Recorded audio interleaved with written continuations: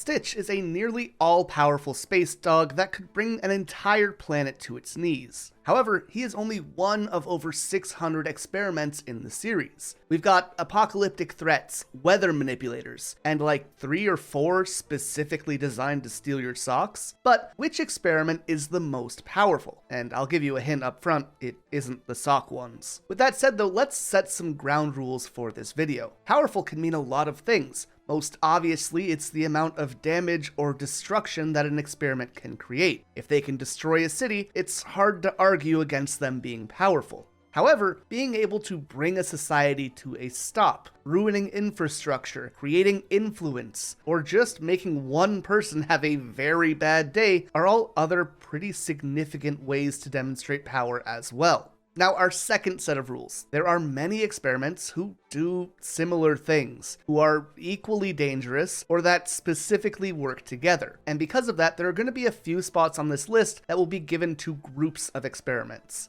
That said, most of these are going to be in spots 20, 19, and 18, so the strongest of the strong experiments will still clearly be ranked. And lastly, this channel is still getting started, so if you enjoy this video and want to support us in getting more out like this in the future, remember to leave a like and subscribe to let YouTube know that people should check us out. And if you are looking for more from us, or you've been curious about the rest of the experiments, we already have a video covering all 633 of them, which you can check out after this one. With that out of the way though, let's get into our honorable mentions. This group all have incredible potential, but they are super reliant on how they are used or what they have access to. And in most cases, they're just kinda impossible to really evaluate on their own. For example, experiment 344 is dupe. They can make infinite clones of anyone, which could be used to overwhelm enemies, though each one of them does get an equal split of the original's power. But I mean, infinite of anything is always going to be useful, or at the very least disruptive.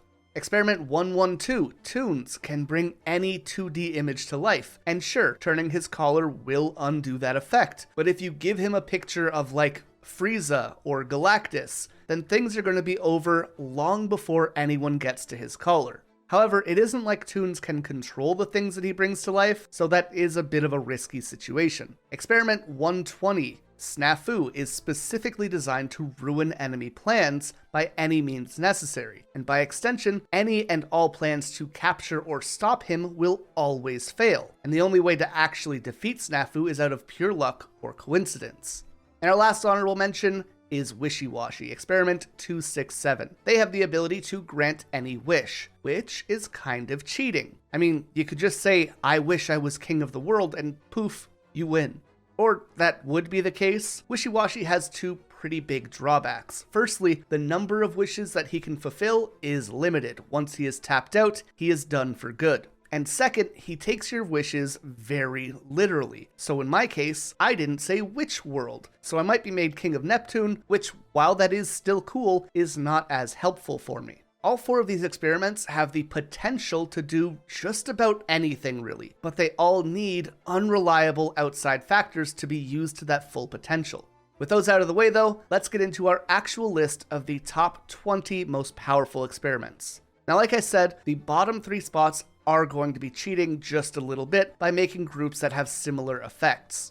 And for spot 20, we're going to be talking about a group of experiments which all take out a single target. These guys probably aren't going to be helping you take over the world too quickly, but they will absolutely ruin Kevin's day. Firstly, Amnesio. This is experiment 303, who has the ability to completely wipe someone's memory by blasting them with lasers from his eyes. This is pretty bad on an individual level and could really cause some problems if you hit the right target, but you could also just let Amnesio loose in a mall and cause mass confusion.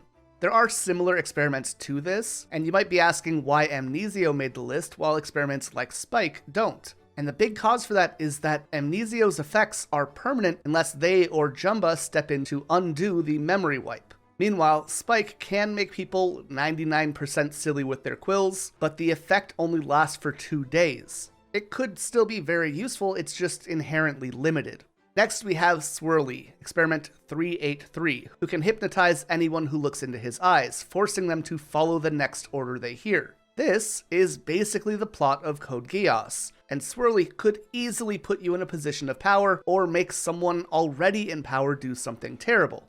Ahem. Go ahead and hit that big red button, Mr. President. It would just be that easy.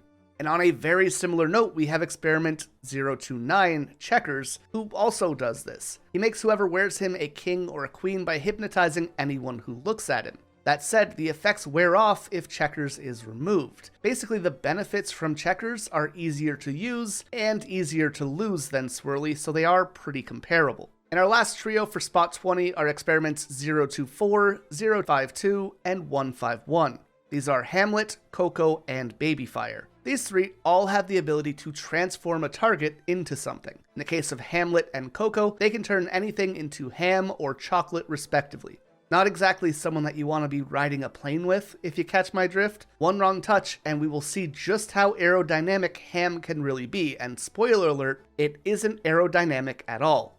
And that's like the best case scenario. They could turn you into food as well. Similarly, Babyfire can turn anyone into a baby by sprinkling powder on them. Everyone in Spot 20 has the ability to take out a single target or enemy, but none of them effectively take on bigger groups. Which is unlike our next group in Spot 19, which each have the potential to bring society to an absolute standstill, if not bring it to complete ruin. A perfect example of this step up is Experiment 128, Bugby. While Hamlet or Babyfire could transform individuals, Bugby was designed to turn entire civilizations into insects. And worse yet, he can't even undo the effects himself, only Jumba can do that. And I don't think I have to go into how terrible a whole city being turned into bugs could be. It's pretty straightforward. And on a very similar note, Experiment 103, Stamen, intercepts and stops pollination, allowing him to cause flowers and vegetation to wither over time, destroying food supplies and causing immense environmental damage as he disrupts the food chain. 223, Glitch, is kind of the technology version of that, effectively being a virus that infects any and all electronics, turning them against their users.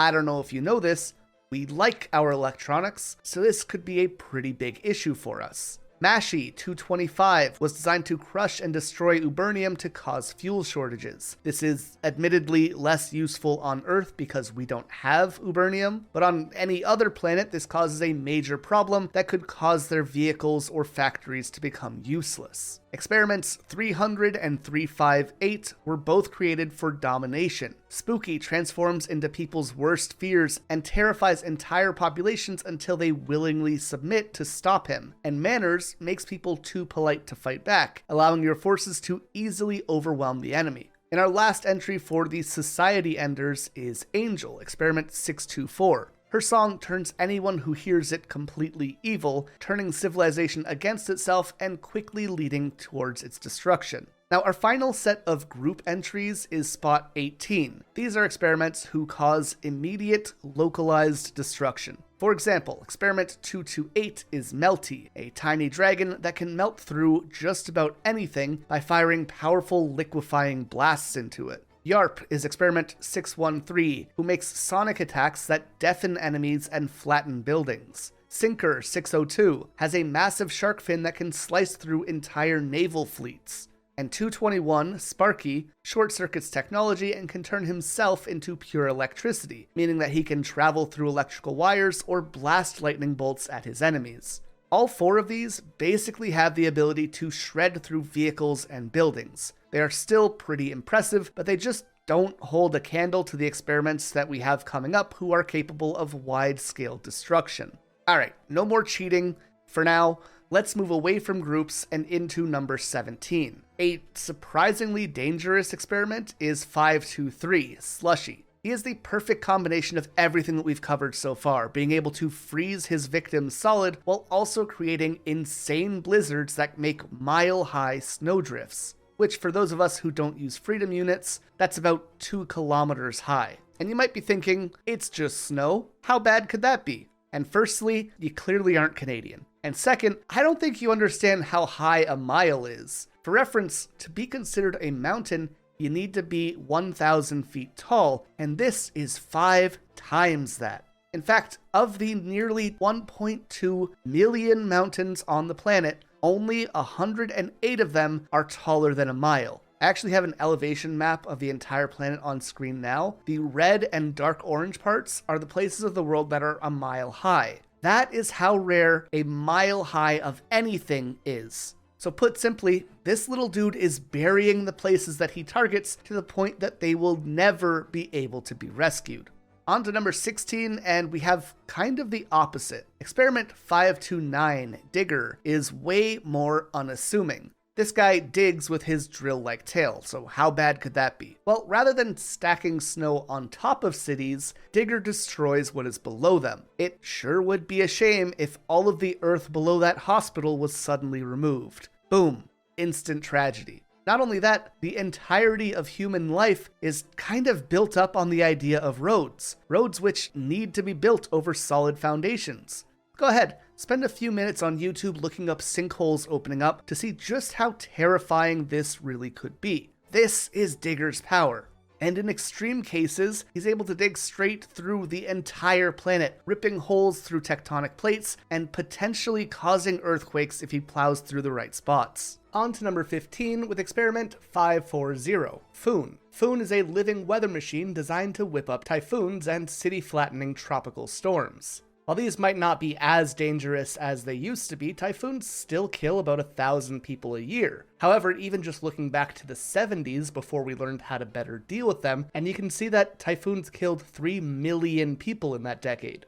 But remember, in those cases, they were just random forces of nature. Foon takes that destructive power and can summon it and control it at will. But typhoons have a secondary effect as well. They aren't just about physically hurting people, they can also ruin infrastructure, knock out power grids, topple buildings, and even flood entire towns. And worse yet, they can grow, potentially picking up water and speed as they travel, and evolve into full-blown hurricanes.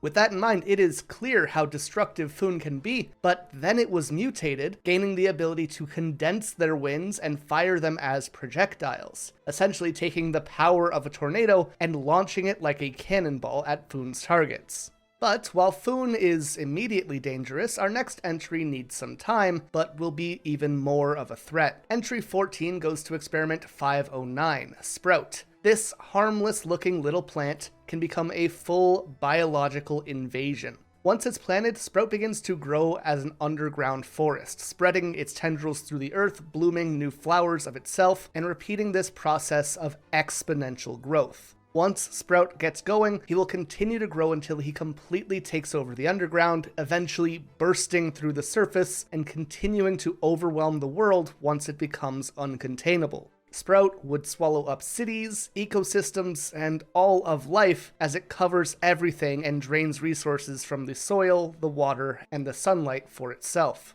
And on a very similar note, we have spot 13 belonging to experiment 505, Plute. This experiment was actually designed to solve a problem consuming garbage and pollution at an incredible rate. And this is fantastic because we have a ton of pollution that it can eat through. I mean, we make literally 2 billion tons of waste from cities alone every year. So why is Plute dangerous if he's a solution to all of this garbage? Well, unfortunately, when Plute eats, he begins to grow, and he will continue to grow with each bite that he takes, eventually becoming a garbage kaiju that could crush entire cities with time.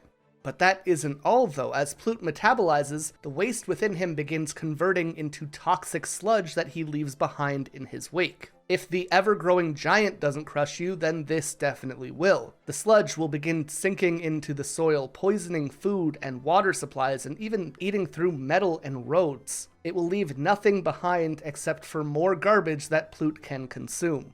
The only thing that we have more of than garbage on this planet, though, is water, which brings us to our number 12 spot, experiment 520, Cannonball. This chunky little dude can jump into water and completely control the splash that he creates, letting him produce powerful tsunamis that he sends crashing towards the coast. Now, Foon was only a few spots ago, but the power difference between a typhoon and a tsunami is completely incomparable. These massive waves can reach up to 500 miles per hour, as well as being up to 100 feet tall. And unlike typhoons, tsunamis seem to be getting more dangerous with each passing year, with their two most dangerous years ever recorded being 2004 and 2010, which between the two of them had over 500,000 deaths. Of note though, typhoons are a year-round, fairly regular occurrence in many places around the world. Tsunamis, on the other hand, are rare. These are singular instances taking out tens of thousands of people each time, and usually they need something crazy like an earthquake on the ocean floor to cause them. But Cannonball takes the guesswork out of this. All they need to do is jump into the water and boom, dozens of cities are suddenly wiped off the map. And that doesn't even take into account the idea of making multiple waves, or directing the waves towards specific targets. You would be better off picking a fight with Poseidon himself than being targeted by Cannonball. Alright, once again, we are going to be shifting our focus. The last group was undoubtedly some of the most insanely powerful in the series, however, they all do one thing. Sure, a mile of snow, a barrage of tornado blasts, or a chain of tsunamis is a straight-up godlike amount of power. But versatility, ingenuity, and intelligence are also important, and that brings us to our super soldiers. Jumba was looking to make a perfect experiment, an indestructible genius with Herculean strength, and that more or less resulted in Stitch. But before we reach him, we have a couple spots that I like to call Stitch, but experiments. These are experiments which all have the power and potential of Stitch, or at least very similar, but who have a drawback that makes them incomplete. And I'm going to be pairing the next two slots up because they're just really similar.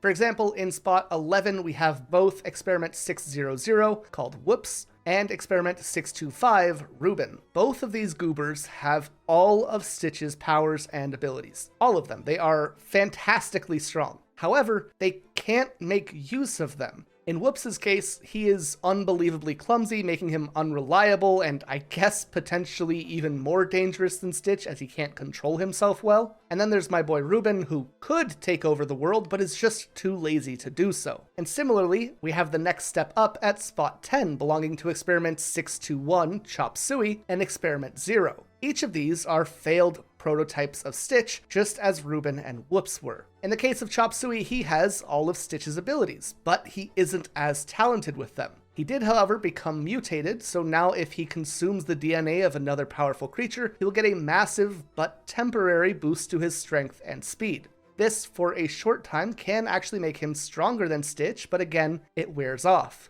As for Zero, this was a black Stitch created to be the ultimate killing machine, who went on to augment his body with dangerous weapons like lasers, harpoons, and a cyborg eye. However, he is hyper-focused on violence in a way which leaves him pretty limited in other areas in comparison to the actual Stitch. Our number 9 spot admittedly feels wrong to me. I feel it should be ahead of Stitch, but we'll get there. But this is the only experiment not made by Jumba on this list. Dark End is a creation of Delia using Stitch's genetics as a base that was made specifically to be stronger than Stitch. On top of having all of his abilities, with no drawbacks, Dark End can also teleport and fly and generate electricity and energy attacks and produce faults in the ground. By all rights, this should be stronger than Stitch in every conceivable way. And yet, Stitch does beat them in a one-on-one fight. In the show when these two battle, Stitch is completely dominated the entire time, but then he becomes the embodiment of the power of friendship, fully heals himself, makes himself intangible and invulnerable, and even strong enough to overpower Dark End,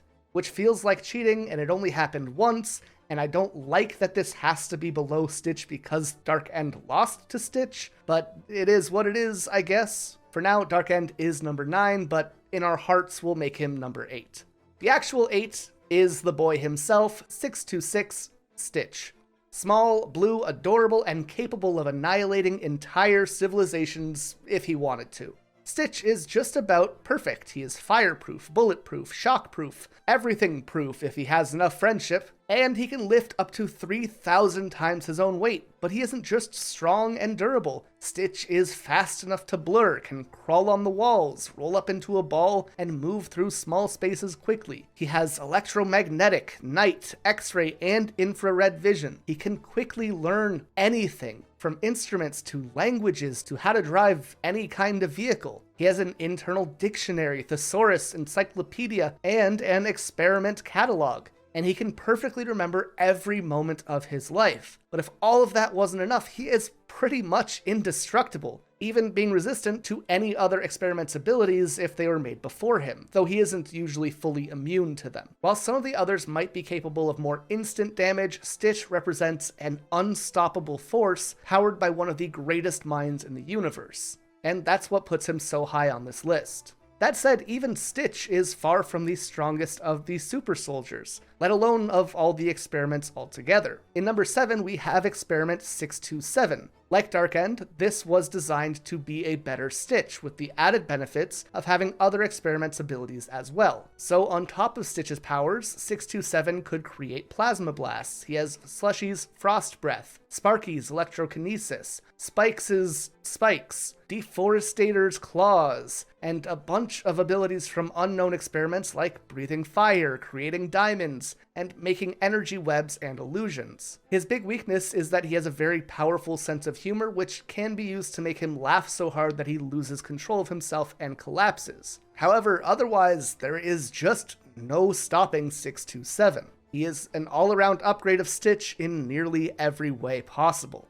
And similarly, in number 6, we also have 629 Leroy. Again, designed to be a better Stitch, more destructive, more dangerous, and more unstoppable than the original. He is stronger, faster, and somehow even more durable, and if that wasn't bad enough, he wasn't made alone. Leroy comes in with an entire army of clones, hundreds, maybe thousands of equally powerful Stitch knockoffs that each have enhanced abilities and none of the empathy that holds Stitch back. This is quite literally the ultimate super soldier, and there's an army of them. But with the super soldiers out of the way, we finally reach our top 5, a group of experiments expressly able to destroy planets, or even more. In our number 5 spot, we have another duo. Alone, experiments 254 and 255 aren't really all that bad. Mr. Stenchy was designed to be so cute that enemies would bring him back to their bases, where he would release a terrible smell that forced them to evacuate.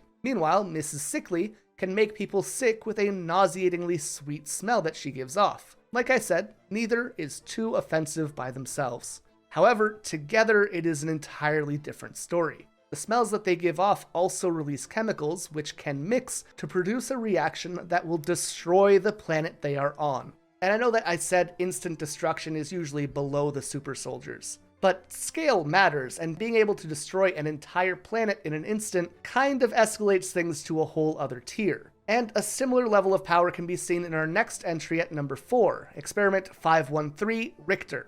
This guy can locate the weakest point in the ground around him and then attack it to produce a powerful earthquake. This might seem like a step down at first, however the earthquakes that Richter makes are strong enough to split the planet in half. So again, a bit of a jump up from the other elemental disaster experiments. But even so, our top 3 are just on an entirely different level than anything we've talked about so far. In third place, we have Experiment 606, Holio, who has the ability to make things disappear. But he isn't just turning them invisible, Holio acts like a black hole that can consume and destroy entire galaxies. There is no real way to avoid it, he just consumes and consumes until there's nothing left. He is the Lilo and Stitch version of Kirby. But we can do better than a few galaxies. And our final 2 experiments are specifically designed to destroy the entire universe. In second place, we have Elfin, Experiment 611, who is also referred to as Doomsday. This experiment was made to cause the universe to implode whenever Jumba says a specific password. Unfortunately, he forgot that password, so now Elfin is just kinda chillin'. However, at any time, Jumba might say banana turquoise 27 or whatever the password is, and that will be the end of existence. This limitation, though, isn't the case for our most powerful experiment, 607 Launch. Launch is another reality warper designed to bend the fabric of space and time until the universe collapses in on itself. There are no conditions, no passwords, and no ways to stop them. While he and Elfin are objectively very similar in strength, Elfin essentially being inactive does give Launch a clear advantage. So, from turning people into chocolates to ending the universe, these experiments can do some insane things. Let me know if you agree or disagree with our rankings, as well as letting me know your favorite experiments in the comments down below. And of course, if you want to learn more about all the other experiments, you can check out our other video on them, which will be linked in the end card and the description. With that said, if you enjoyed, remember to leave a like and subscribe for more content like this in the future. Thank you all so much for watching, and as always, we will see you in the next one.